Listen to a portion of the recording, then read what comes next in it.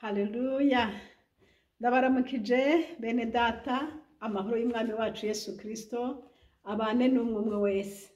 Nsubiye gushimira Imana rurema, igira neza, igira ubuntu, imbabazi zayo nyinshi isubiye kutugira kugira ngo tubane muri kano kanya. Muracari kumwe na Françoise Habonayo, n'ubu usubiye kugaruka kuko Yesu hariho ico yambariye. Imana ishimwe. Haleluya. Reka dusenga Imana. Izina ryawe nirishimwe uhoraho we, izina ryawe nirihabwe icubahiro gitandara c'ubugingo. Mana nyamana, wowe uriho wamyeho kandi ubwiruze. Ndagukengurukiye, ndagushimiye uyu mwanya umpaye. Nuko rero Kristo ngwino umfashe, kandi ibitakuvuga byose ntibiboneke hano hantu mu izina rya Yesu. Ibintu byose mwizigirwa wanje mwiza biva kuri wa mwa Satani bisubizwe kuzimu mu izina rya Yesu Kristo. Hezagira mwene data wese anyumva n'uzonyumva hanyuma y'uyu munsi. Mu izina rya Yesu azogirirwe neza nawe, kandi Mana ico ushaka aba arico kiba mu bantu bawe, mu izina ryawe ryera Kristo. Amen. Haleluya. Shimiye Imana rero muri uyu mwanya kuko ingiriye neza kugira ngo dusubire kuganira ku ijambo ry'Imana. Haleluya.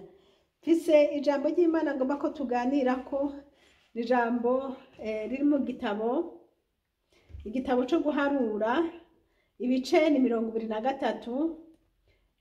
Hariya turahera hariya ku murongo wa 5. Haravuga ngo, maze uhoraho ashira amajambo mu kanwa ka Baramu, aramubarira ati, subira kuri Baraki uvuge utya n'utya. Nuko asubira kuri we, asanga agihagaze hambavu ya bya bimazi vyiwe vyoshejwe, bona bamenyekana bose b'i Mowabu. Atangura kuvugishwa ati, Baraki yankuye muri Aramu, umwami w'i Mowabu yankuye mu misozi y'iburasirazuba. Ati, ngwino umvumire aba Yakobo, ngwino wirabire akaranga wirabire akaranga Abisirayeli. Ku murongo w'8, novuma nte ab'Imana itavumye, no kwirabira akaranga nte ab'Imana itirabiye akaranga. Kuko nababonye mpagaze hejuru ku bitandara, nkabitegereza mpagaze ku misozi. Raba nihanga ryibera ukwaryo, ritiharura mu yandi mahanga. Ninde yoshobora guharura umukungugu aribo ba Yakobo, canke ngo aharure n'ikigira kane c'Abisirayeli? Icompa nkazokwipfira nk'uko abagororotsi bapfa, iherezo ryanje rikazoba nk'iryabo. Imana ishimwe. Ku murongo w'11 haravuga ngo, maze Baraki abaza Baramu ati, unkoreye iki? Nakuzaniye kumvumira abansi, none urabahezagiye gusa. Aramwishura ati, mbega sinkwiye kwirinda ngo ico Uhoraho anshira mu kanwa aba arico mvuga? Baraki aramubarira ati, ngwino tuja ahandi aho ushobora kubabona,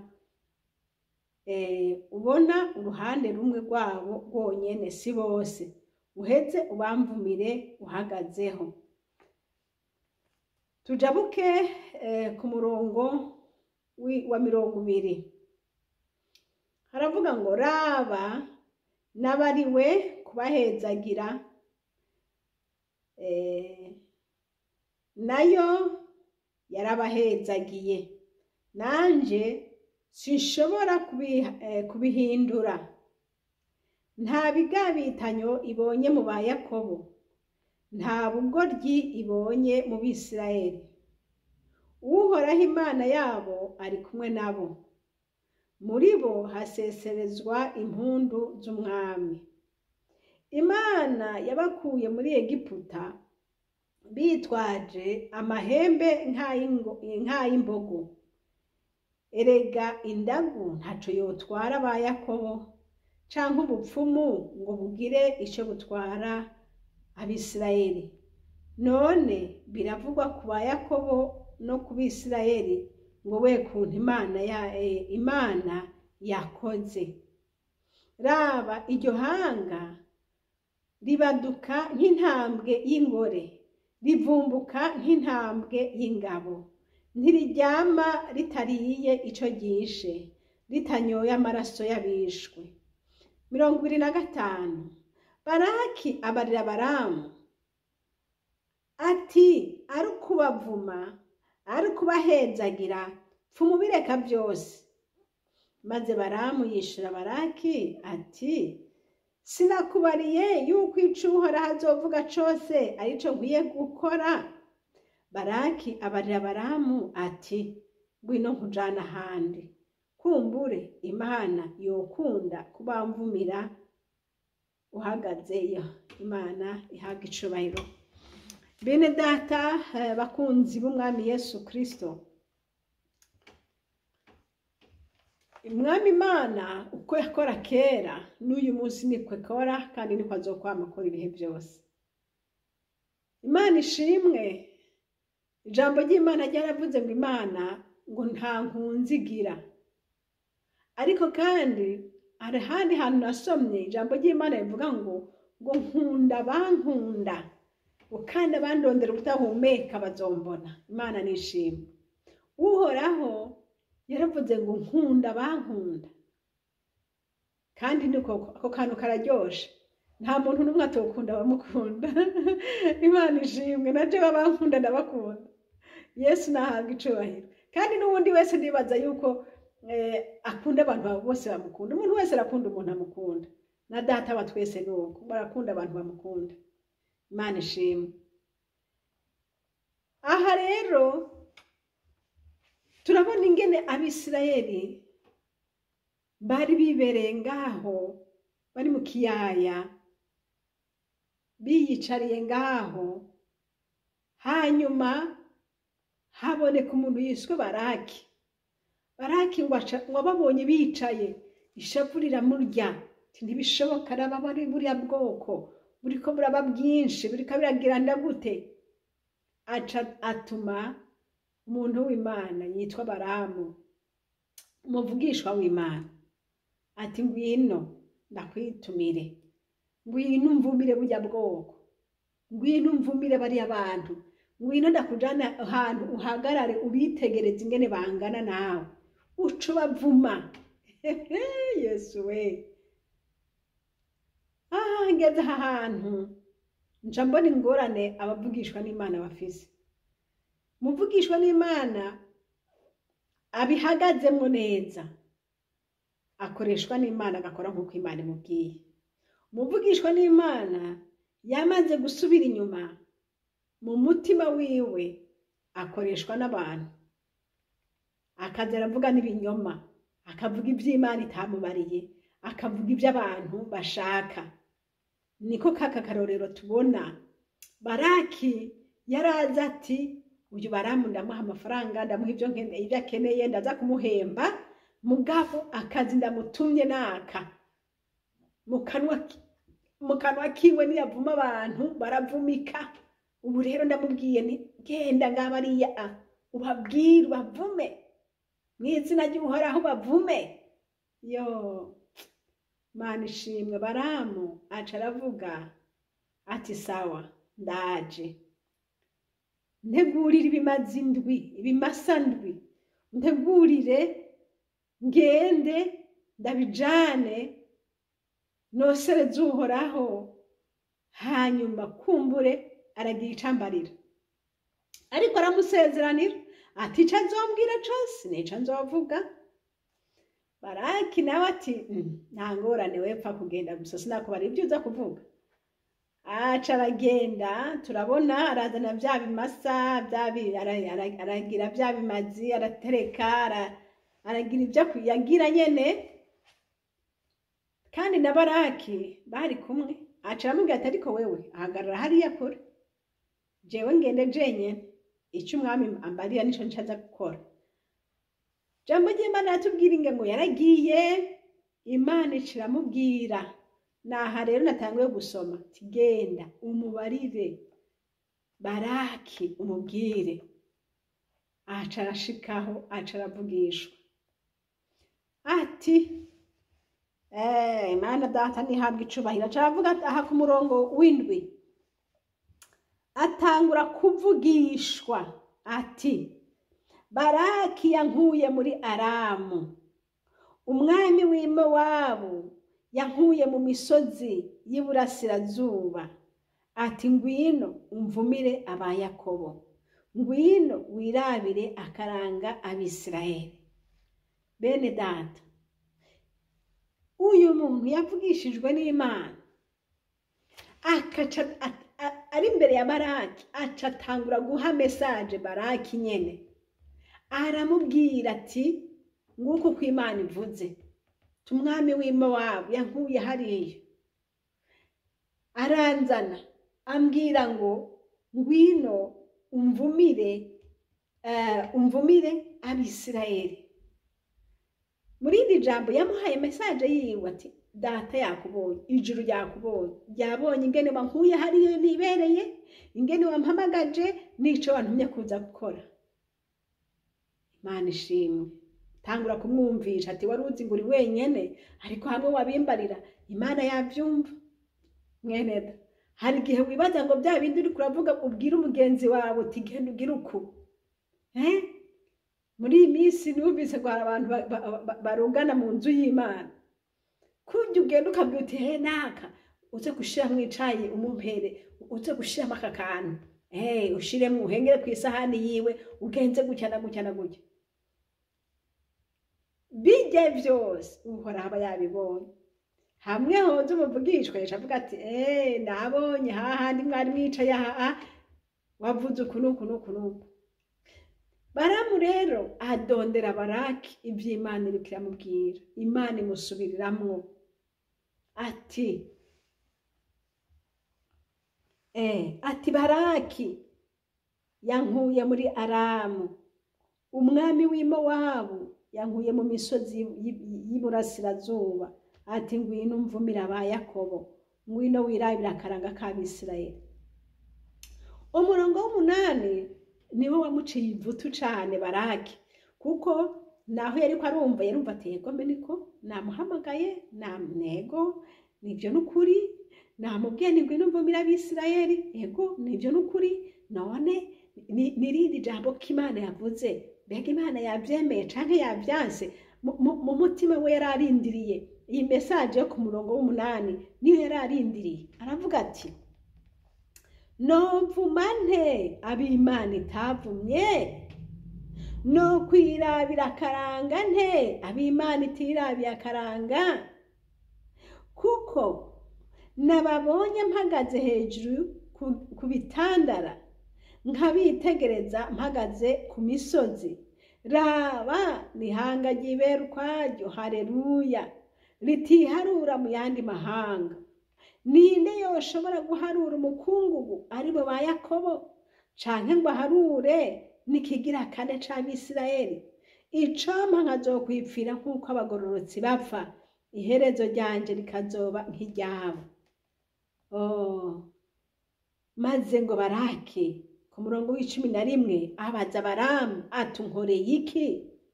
Nakunzaniye kumvumira abansi, none urabahezagiye gusa. Bene data bakunzi b'umwami Yesu Kristo,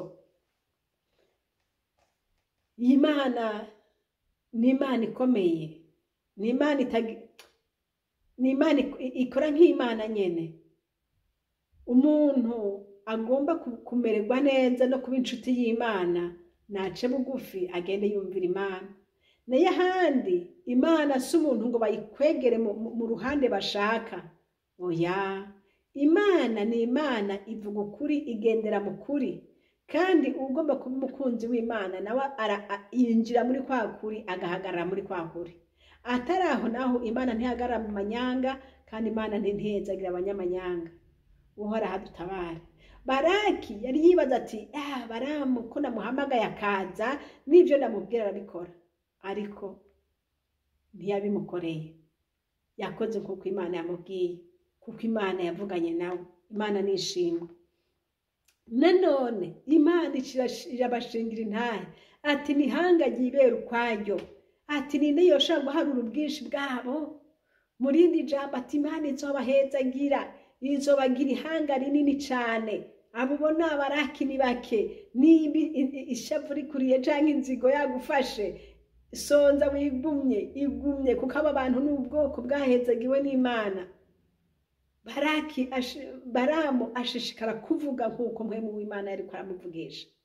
Baraki acara babara cyane ati ibyo n'ibiki uri kurakora, n'ibiki? Nagukuye ndagukuye ndakuzaniye ngo umvumire ubu bwoko, none uri kurabahezagira. Hanyuma noneho ashishikara kuvuga hariya ku murongo wa 20 aravuga ati raba nabariwe kubahezagira, nayo yarabahezagiye, nanje sinshobora kubihindura. Imana ishimwe. Haleluya. Tinabwiwe kubahezagira. Nshuti y'umusaraba, ntuzi uvumu w'Imana itavumye, kuko Imana yohava iguhindukirira. Uw'Imana itavumye ntukamuvume. Raba ico Imana ivuga. Uw'Imana yahezagiye nico wita umuvumo kizorushizaho kuba umuhezagiro, kuko uw'Imana itavumye yovumika gute? Ntibinakunda. Naho abantu bogerageza, naho abantu bogenza gute, ntibishoboka. Baraki yari yagerageje, kandi yari yumva rwose yuko yakoze uko ashobora, ariko Imana Data wa twese iriyerekana. Noneho yongera gushingira intaha Abisirayeli mu maso yiwe ikoresheje umuvugishwa Baramu, ati novuma nte ab'Imana itavumye? Ateheraba Imana yagenye kubahezagira, kandi nanje sinocisha iruhande. Haleluya. Imana yashize mu kanwa kanje umuhezagiro. Haleluya. Carabahezagira, abahezagira mu izina ry'Uhoraho, kuko Imana yari kwirabahezagira. Noneho Baraki acara babara cane, atumve rero, umva inama nkubwira, ari kubahezagira bireke, ari no kubavuma basi bireke. Ntibikunda. Yatumwe gukora igikorwa kandi aragikora. Yaje imbere y'Imana, Imana ishimubara nico akora. Baramu, haleluya,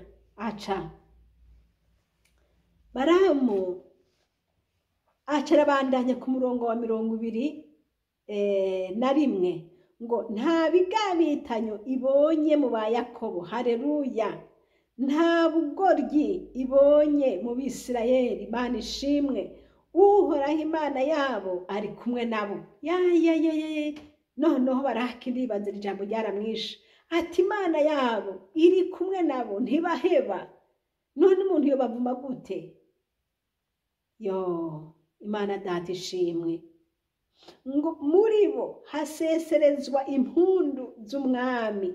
Imana ishimwe. Ngo Imana yabakuye muri Egiputa bitwaje amahembe nk'imbogo.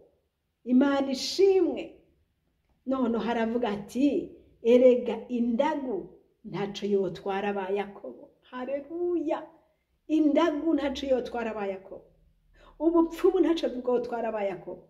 Uburozi ntaco byotwara aba Yakobo. Yesu we, Imana ishimwe. Imana ishimwe. Nshuti mwene data, ese icompa umwansi wawe akumva ibi, akumva rwose yuko Imana yamaramaje kugumana nawe no kubana nawe, akumva rwose yuko umwami Imana naho boca mu bupfumu naho boca mu burozi bitogufata.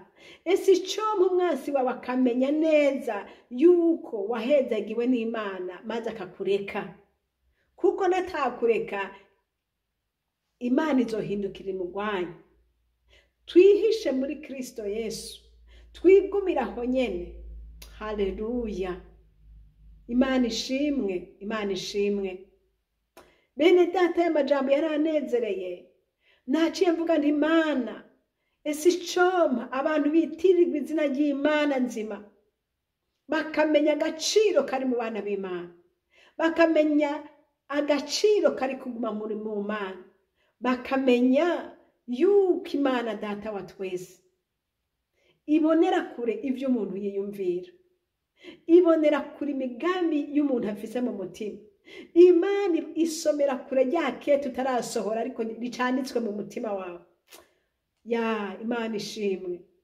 Imana data wa twese ahoraho agutabare mwene data wizigiye izina ry'Imana yacu. Imana ikuremeshereze muri aya majambo, ivuge ngo nubwo abasi bohamagarana bakarondera ubushobozi bwabo bwose uko bungana, nta kinanira ukuboko kw'Imana. Oya, Imana niyo mutabazi. Imana itabara abamwizigiye bose. Ndakugira inama nawe mwene data, ukura inzigo mu mutima wawe, ukura urwanko mu mutima wawe, mu izina rya Yesu Kristo uce bugufi. Ntiwogwanya b'Imana itagwanije, ntiwotuka b'Imana itatutse. Ekaye, raba ukuri kuragenda n'ukuri kurakora. Umwami ariko arakubona gute? Mbega umuvugishwa w'Imana yoza imbere yawe yovuga ngo iki? Yosoma ibiki mu mutima wawe? Ndabizi ibyo mu mutima w'umuntu, umuntu arabimenya, umuntu ni wabimenya. Wewe urabizi neza, ariko nagoma nkubwire ngo kumbura ibyo mu rundi ruhande n'ibyo utazi. Wewe urabizi ingene ugendana n'Imana, wewe urabizi ingene usenga, wewe urabizi hariho ivyo ubona, kumbure hariho ivyo ubona ukavyitiranya, ukibaza ngo nk'uko Baraki ariko arabigira, akibaza ngo buriya bwoko no buvuma bwovumika, buriya bwoko buranteye ishavu, buriya bwoko sinshaka ko kububona. Kandi ukiyumvira mu mutima wawe, kubw'umutima n'inzigo biba muri wewe, ukiyumvira ngo birakunda. Baramu yaragiye, agiye acakora nk'uko Imana imubwiye, aravuga ati ririya nihanga ryibera ukwaryo, ati kandi kigeretse kuri ivyo ntibavumika, ati ntibishoboka kuko Imana yabo iri kumwe nabo. Haleluya, Imana iri kumwe n'abantu bayo. Mwene data, ndakubwira ngo Imana iri kumwe n'abantu bayo. Imana iri kumwe n'abantu bayo. Haleluya, Yesu nashimwe. Daniyeli yarabibonye yuko Imana ijana n'abantu bayo. Haleluya, Daniyeli yaragiye mu bwobo rw'intambwe. Intambwe ntaco zamugize, yaraziseguye, izindi arazifuka, intambwe muri bo ntaco zamugize. Haleluya, Daniyeli yobivuga ati kwizigira Imana. Kwizigira Imana biruta kwizigira abahambaye. Mwene data, ugifise amaso ku bantu ukurayo. Mwene data, wiyumvira ko hariho abantu bashaka kugufasha mu gukora inabi, ntibikunda. Garukiraho nshuti y'umusaraba, garukiraho, garukiraho wizigira Imana, garukiraho, ca bugufi ico ugomba kibwira Imana, winginge. Ariko Imana ntishobora kwemeranya n'inama mbi y'umwansi Satani. Uhora haragororotse. Imana ishimwe. Muri iki gihe hari igihe ushobora kwanga umuntu, ukumva umenga womwicisha, ukumva umenga vyogenda gutyo, umenga tushaka gushaka kumubona. Kandi ivyo niko vyamye. Abantu bose bakoreshwa na Satani bameze uko. Hari umuntu yiswe Hamani, niko vyamugendekeye nawe nyene kw'irembo ry'i Yerusalemu. Kw'irembo ku kirimba yaragiye aravuga ngo jewe hariya ku irembo hakiri yuriya mukozi sinryoherwa naho no eka umwami arankunda, umwamikazi Esiteri arankunda, ariko uriya muntu ari ku irembo je ndamubonye umutima urababara. Umugore wacu amugira inama ati none ibyo n'ibindi urashobora kubabazwa n'umuntu muto y'ihuriya shinga igiti bamumanike, ugende usaba umwami bamumanike abanza apfe, hanyuma rero muce mushishikara kuryoherwa n'umwami na Esiteri muryoherwe. Agitamaje mu irembo wagiye kuvuga ngo bamanike umuntu w'Imana yakoze ibyiza, asanga Imana yamwitangiye imbere, asanga umwami atahubwo reka hari ico nshaka kukubaza ati mbega umwami agomba kugira neza yomugirane. Yari yibaza ngo niwe kumba Imana yibutse umuntu wayo hariya ku irembo. Haleluya, Imana ikimugirira neza kuko igihe cyo kwibuka cari kigeze. Hari ibanga ryo kwibukwa.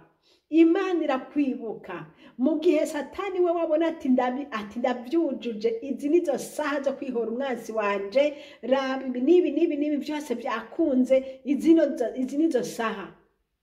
Nturire, ntutwenge, ntutambe gutarike, kuko uko wibaza ko nizo saha zo kumwica no kumuhamba, ahubwo nizo saha z'Imana yateguye ryo kwerekana ubudasa. Iyi Mana tuyitinye kandi tuyubahe. Nk'uko Baraki yarazi neza atwara umwanya wo kuvuma Abisirayeli, yagiye gutangara ariko yumva ko mu kanwa kumuvugishwa n'Imana harimo imihezagiro. Haleluya. Wa muntu we, kura umutima mubi ahubwo imika umwami Yesu. Kura umutima mubi, imika umwami Yesu Kristo. Imika umwami utabagwe. Erega inzigo irajyana, itiro nturonka. Kubwo Satani agomba kwihora, kubwo Satani agabije ntahumeka atarakora ikibi. Ariko ugutabagwa kuri muri Kristo Yesu gusa. Hamagara Yesu agutabare. Hamagara Yesu agutabare. Kuko Satani n'abadayimoni iyo bamaze kuzura umutima w'umuntu, ni hahandi bamwe baca biyahura, abandi bakiruka bagahunga atakibirukanye. Kubera iki? Satani mubi uhora hamuhana. Ndakugira inama mwene data mukunzi uhagaze muri Yesu neza, igumireyo. Nawe nshuti yanje wasubiye inyuma mu mutima, ukaguma werekana kuri umuntu w'Imana kandi warasubiye inyuma, enda garukira umwami Yesu agutabara. Garukira umwami Yesu aguhindure. Garukira umwami Yesu akugorore. Garukira umwami Yesu. Haleluya. Hamani yabonye ibara. Kubera iki? Kubera yuko yakoze ibintu byampara mu maso y'Imana. Baraki yabonye ibara kuko yagombye kuvuma umwami atavumye. Abari muri Kristo Yesu bazigamwe n'ukuboko kwisumba byose. Haleluya. Nongere mvuge nti mwene data, shengero ry'Imana, mwese mwakiriye umwami Yesu, muhagaze mu mpemu no mukuri, ni mureme data wa twese ari ku nganji. Haleluya. Ibintu byose byinyegeje, reka kugira ubwoba. Erega data amenya n'ibivugirwa mu rutara. None tubona ko Baramu yabwiye Baraki akamubwira ati wewe wankuye hari, Imana ikamusobanurira. Ikamusobanurira n'ububi buri mu mutima we bwose. None rero uyu mwami reka tumwizere. Bene data, dushishikare kwicara muri Kristo, tunezererwe muri we. Nshuti y'umusaraba, wowe urimwo ugifise umutima mubi, umutima ukujya, ntusinzire utaravisha amaraso, ntusinzire utariha ibara. Wowe ukirimwo ugufise inzigo n'akazikira, wowe ukirimwo ukigowe n'amacakubiri, wowe ukirimwo, bwira Yesu agutabare. Bwira Yesu agutabare. Bwira Yesu agutabare. Inzigo ntacimarira umuntu. Oya. Ariko gusabana n'umuntu, urukundo, kubabarirana, kuja inama nziza, kuja hamwe, kuganira neza, ibintu bigatungana mu mutekano. Ivyo nivyo vyiza, inama nziza iva mu ijuru. Mwene data ca bugufi, Yesu akugirire neza. Haleluya. Agutabare, akuruhure, urarushe, akuruhure, urarusha, akuruhure. Imana nihabwa icubahiro. Yaraye amajambo narimfise kuganira namwe, kuremesha mwene data uhagaze muri Yesu. Rema, ureke kugira ubwoba. Abayakobo ntibavumika. Nta bupfumu mu bayakobo, nta bupfumu mu Bisirayeli. Oyaye, ubwoko bw'Imana nuko ntibibafata, baragerageza, ariko Yesu arabatabara. Niko biri, niko bimeze. Naho nivyo babavuma ntibibafata, kuko umugisha w'Imana no guhezagira kw'Imana nivyo bibakikije. Kandi iri jambo ngo umwami aba muri bo, iryo ni banga. Umwami aba muri bo. Guma muri Yesu, nawe azogumana nawe.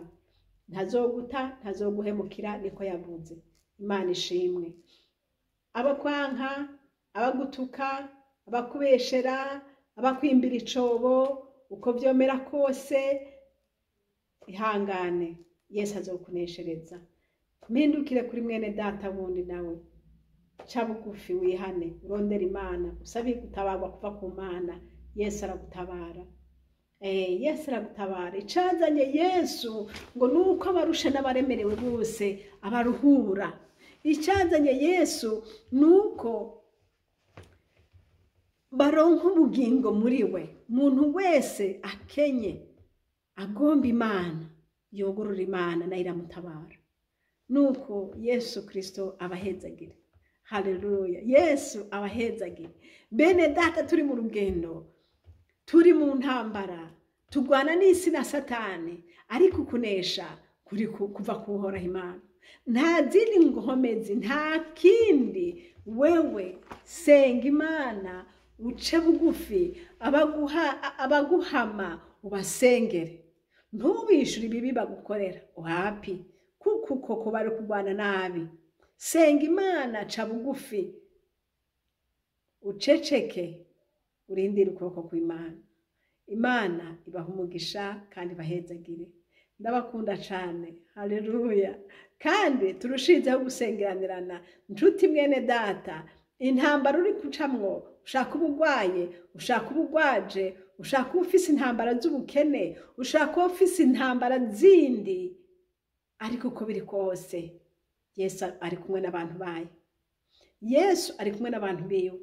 Niba ubona yuko udahagaze muri Yesu neza, injira neza, winjize amaguru n'amaboko, winjireyo wese. Ugutabara no gutabarwa biva kuhoraho Imana. Kandi Yesu arashobora gutabara abamurondera. Imana y'ububasha ibahezagire, ibagirire neza. Mwari kumwe na Françoise Habonayo. Izi nomero ni plus 46 768 0065 46. Kandi iyi shene turiko ni shene Habonayo. Uhoraho Imana aduhana umugisha namwe. Amen. Haleluya. Urakoze mwami wacu Yesu. Icubahiro inganje ni rwawe ibihe bitazoshira. Mana ndagushimiye.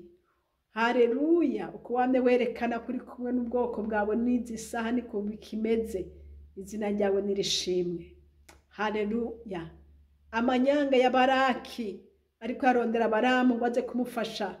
Yesu n'uyu munsi niko bikimeze. Ariko data ndagushima ko vyose atakigukanga. Ufise ukunesha no gutabara kuba kwambaza bose. Iyerekane kuri mwene data kurondera, umutabare kandi umuneshereze mu izina rya Yesu. Amen. Yesu abahezagire. Amen.